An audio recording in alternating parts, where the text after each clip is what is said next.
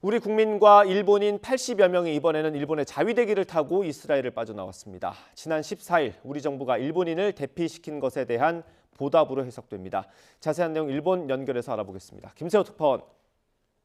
네, 도쿄입니다. 네, 일본이 우리 국민을 수송기에 태운 거죠. 그 규모 그리고 과정까지 좀 정리를 해주시죠. 네, 일본은 항공자위대 소속 수송기를 이스라엘에 투입해 일본인 60명과 외국 국적 가족 4명, 그리고 한국인 18명과 외국 국적 가족 1명 등 모두 83명을 대피시켰습니다.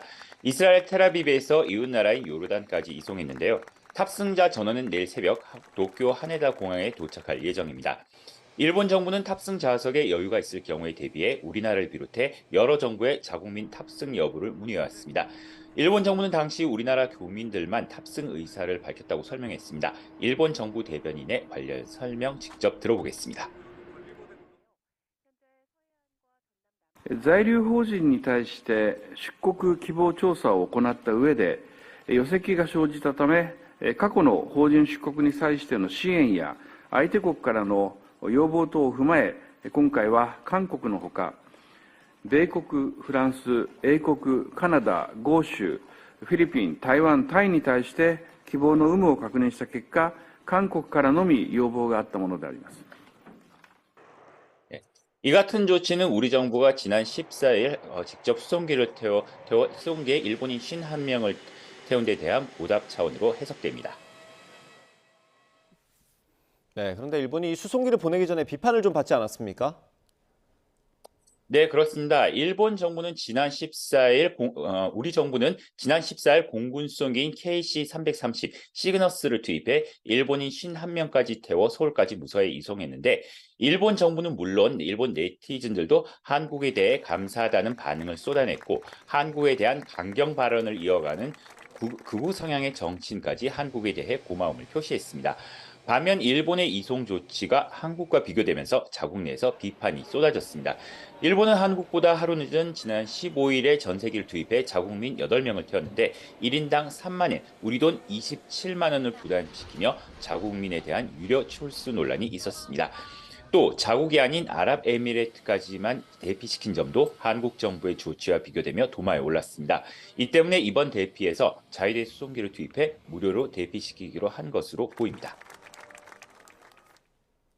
네, 그럼 일본 정부는 유료 대피 논란에 대해서 어떤 입장입니까? 네, 한마디로 일본 정부는 절차에 문제가 없었다는 입장입니다. 일본 정부는 당시 이스라엘을 빠져나올 수 있는 여러 옵션이 있었다며 전세기 이외에도 다른 항공편을 이용해 충분히 대피할 수 있었다는 겁니다. 좀 더 급히 빠져나오려는 자국민들은 전세기를 이용할 수 있도록 했는데 이때 무료로 할 경우 다른 비행기를 이용한 사람과의 형평성 문제가 있을 수 있다고 해명했습니다.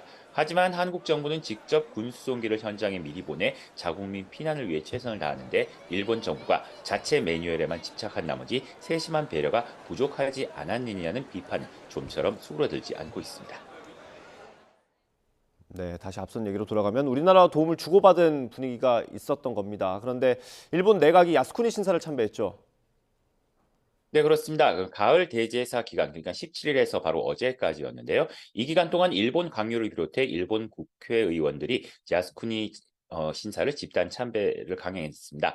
지난 17일에는 기시다 후미오 일본 총리가 내각 총리 대신 기시다 후미오 명의로 공물을 복납했고 이어 신도 요시타카 경제재생상, 다카이치 사나이 경제안보상, 니시무라 야스토시 경제산업상 등 기시다 강요들이 잇따라 야스쿠니를 찾았습니다.